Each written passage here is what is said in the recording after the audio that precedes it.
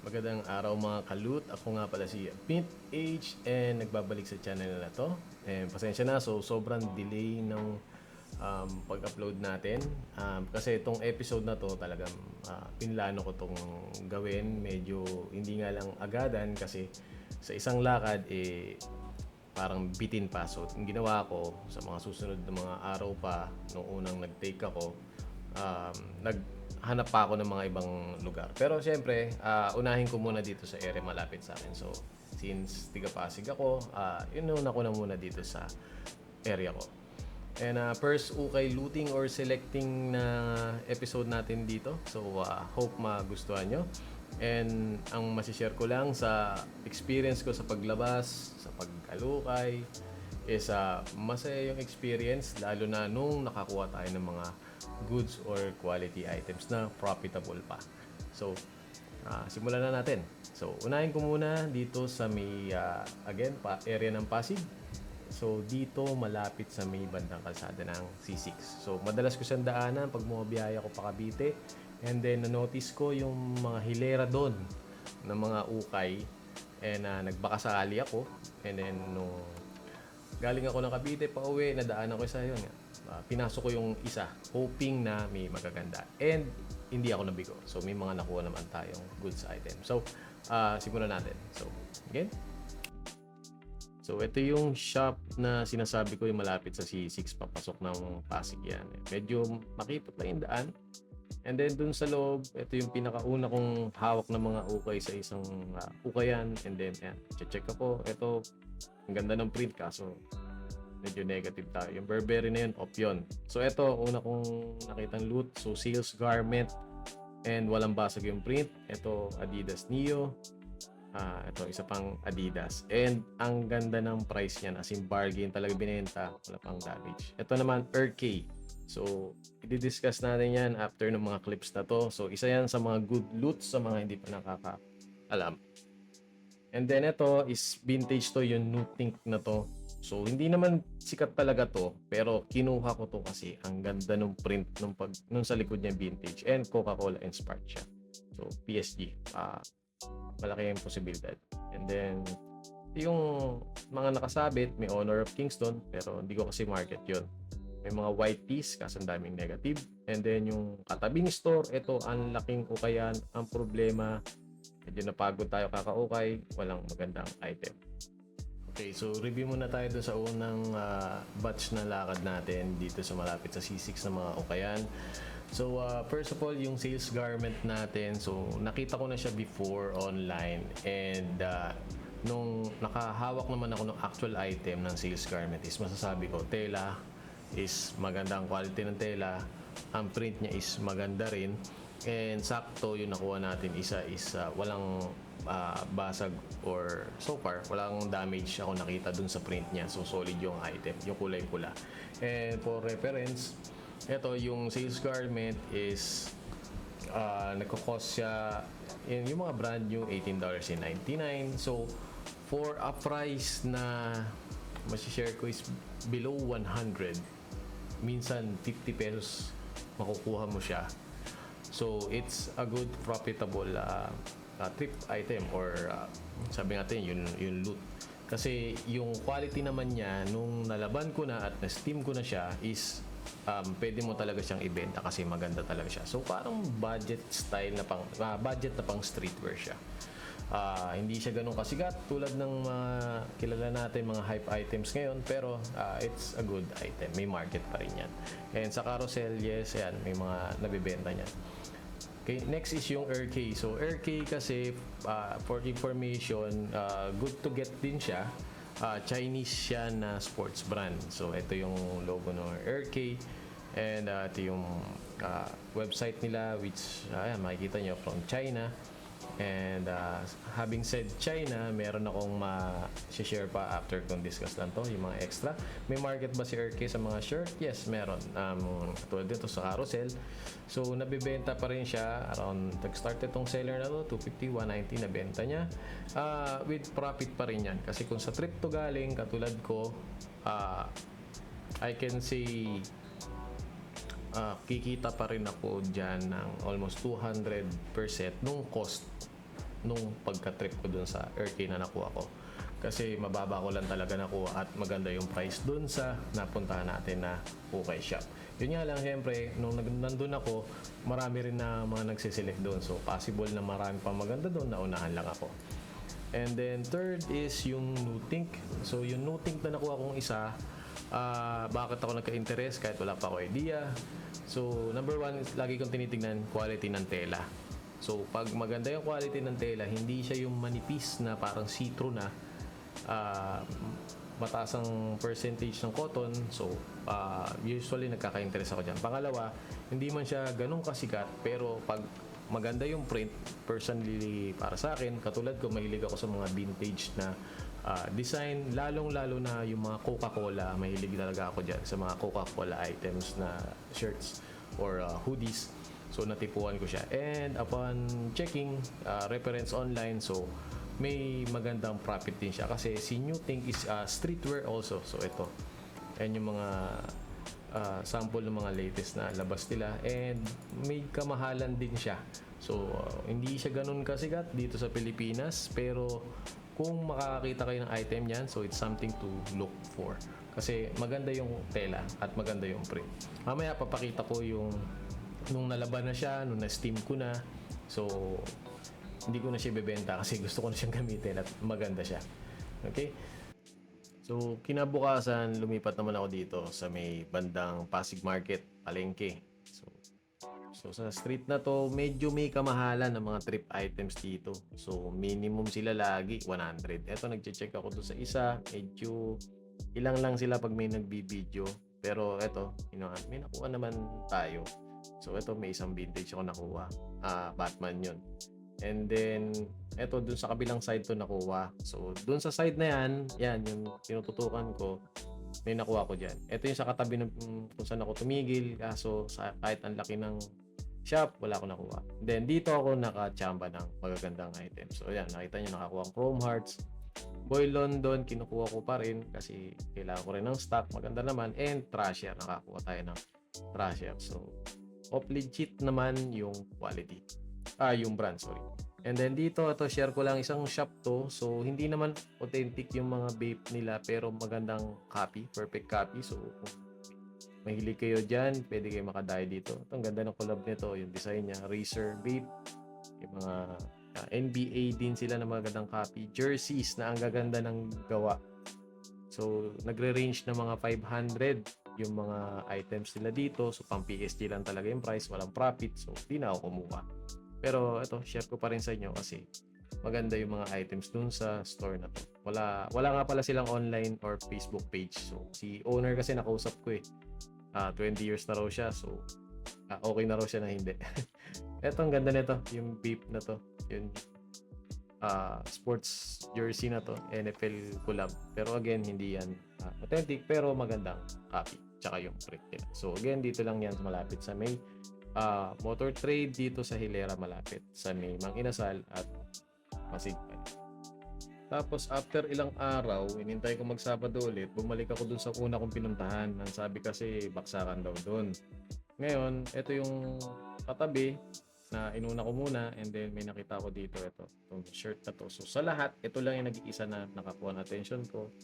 So nung nahawakan ko yung tela, yung print, walang basag, ang ganda. Kinuha ko yon. And then ito, may bagong bukas din. Nung pauwi ako, nakita ko. So, pinasok ko yan. May nakuha naman akong isa sa dami kong chinik. Yun nga lang, mas mataas yung presyo nila dito. So, ito lang yung nakuha ko dyan, yung New Balance.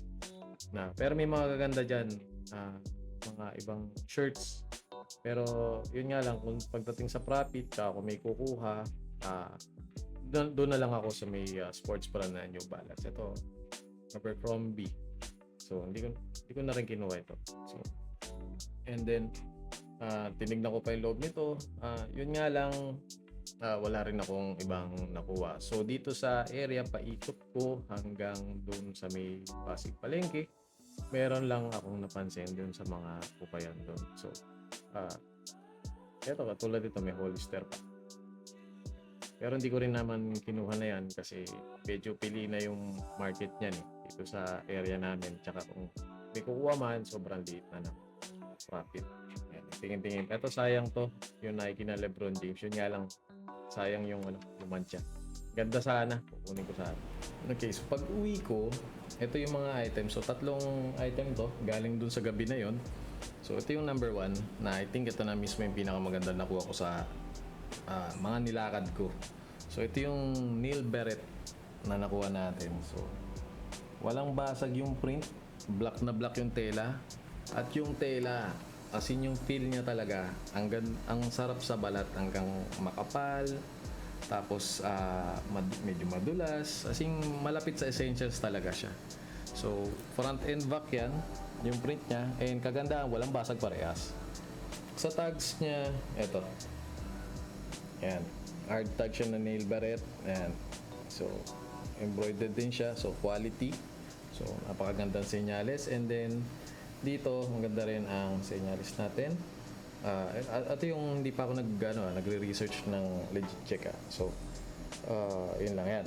So Neil Barrett, and then medyo satin yung wash tag niya, walang damage, malinaw pa naman yung mga fonts, and also good indicator na yan. And also ito, lalo ito, meron siyang kasamang yung size tag niya na embroidered din. So kung peke, medyo hindi yata gumagawa yung peke basta-basta ng ganito, ng gagaya. So yan yung items natin. So and then nung nag-legit check na ako, ito yung mga nakita natin. So lipat muna natin to dito. Dito sa display naman, display tuloy. So dito sa Neil Barrett, ito yung mga tags niya. So Neil Barrett, ito, makita nyo, may dalawang yung size tag, tsaka yung class. Ayan, made in Portugal. Ayan, ganito yan, yung nakuha natin, made in Portugal. And then also, ayan yung tag niya. So pares na parehas, Neil Barrett na ganito, and then ganito rin, made in Portugal. Yeah, ito nung inopen ko siya. So ganito yung nakuha natin, tag. And then on checking, may pagka-Lux brand pala. Sorry kasi talaga, ngayon ko lang narinig at nakita tong Neil Barrett na to. So nag-trust lang ako sa gut feeling ko. So ang mahal ng presyo niya, so 7.3. And then sa carousel, let's check, may nakapag-sold ng Neil Barrett na shirt. Ito naman, made in Italy naman to, pero nabenta niya ng worth 700. So medyo hindi siya common na naririnig natin sa mga hype ngayon, yung mga Ralph Lauren, yung mga Gucci, yung mga ganyan. Pero it's good to know na may mga ganito pang items na may mga target market din yan. And actually, maganda siya. Maganda siya talaga. Meron din sariling website, si Neil Barrett. Ito, may nailbarrett.com.ph. So sa mga di nakakala, pwede nyo silang i-check dyan. Shop for men. Ayan, may kita nyo shirts. And yung mga presyo niya is hindi rin mura. So mahal din siya. So again, and then next item. Okay, medyo pinas forward ko lang kasi naglilipat ako ng screen. And then ito yung next item na nakuha natin. Doon to sa unang shop or kaya na napunta natin. So nag-clearance sila doon nung gabi. Yun nga lang, feeling ko napaaga yata ang punta ko. Kaya onti lang nung nakita ko. Actually, dalawa lang nabili ko. So ito yung una. So nung gabing yun, so jersey type ang tela niya. Ayan, may pagka mesh, kita. Ayan, kita yung tela. So racing or brand to. So promotion, pero maganda siya. So Toyo Tires. Toyo Tires. So ayan, racing siya. And then yung likod niya, ang ganda kasi ng likod nito. So ayan, Toyo Tires, driven to perform. So, and ang ganda ng pagkakulay blue nito. So, nag-work naman ako before ng mahabang panahon sa automotive industry. So, I do really know na may market talaga to. Itong Toyo Tires ito. So, and then naka-aspak to nung nabili ko. So, and then ito yung isa. Actually, binalikan ko lang to kasi may nagtanong sa atin. So, ito yung Burberry na nasulyapan nyo dun sa unang part ng video. So Burberry London, England, Opto, pero walang damage kasi yung print. Yung shirts wala namang butas, and yung design niya sa likod is boy girl. So Itong dalawa, actually for a steel, nakuha ko ng 100 lang tong dalawang to. Itong dalawang to, nakuha ko lang 100. Ito, actually, benta ko lang ng below 100 to. Kung tumubo lang ng konti, okay na sa akin yun. Pero ito, may market talaga to. Kasi magandang klase to. And then, dun sa bago ko nadaanan na ukayan nung pauwi ako. So, ito, yung New Balance. Yan yung nakuha natin. Yung NB. Yan. So, malinis na item. So, ipopost ko to doon sa page ko, sa Facebook page. So, sana i-check out nyo. Inaayos ko lang yung maliit kong photo studio para at least presentable naman yung mga items. Yan yung ano niya, yung printed tag niya. So kasama yan. Okay, so ending na comments. So ito yung napansin ko sa unang round ng pag-lulut ko or pag-select ng mga items. So number 1 dito sa Pasig, siguro common talaga na yung mga nagbubukas ng bill dito sa paikot. Napansin ko is mostly Korean yung bill na binubuksan nila, or Chinese, Hong Kong. Kung hindi Chinese, correct me if I'm wrong, I think Hong Kong bill yung mga ino-open nila. So parehas yan dun sa unang shop papunta dun sa may malapit sa Pasig Palengke. Bakit? So kasi number 1 napansin ko habang nagse-select ako, ang daming Chinese design na or fonts, text na mga dito, mga design na shirts. Yung mga tags nila mostly may Chinese na characters, yung iba may Korean. So sa susunod, tatry ko pang lumayo para mai-share sa inyo kung kamusta naman pag sa iba tayo nag-try mag-select or mag-loot. And then also, ano pa bang mga natutunan ko? So number 1, pag may na-interest na kayo, hawakan nyo na muna.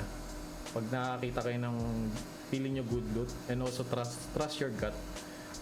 Kahit hindi kayo ganun ka knowledgeable pagdating sa mga brands, pero katulad nung nakuha ko, yung nangyari sa akin dito sa Neil Barret, pag quality ng tela, pag nahawakan nyo siya at alam nyo ibang iba siya sa lahat na naselect nyo, hawakan nyo na yung item, then check nyo yung brand kung branded material yung ginamit. So ganun lang naman yung ginawa ko dito. So this one, I think I can get really good profit dito kasi mura ko lang to nakuha, kasi nga hindi rin naman ganun kaalam yung mga bantay doon, hindi siya basta-basta nilalagay sa selected item. Pero doon sa mga pinuntahan ko, isa lang yung may selected item section doon sa may Pasig Palengke. Yun nga lang, tinatry kong tumawad para magkaroon ng konting profit, kaso ayaw talaga eh.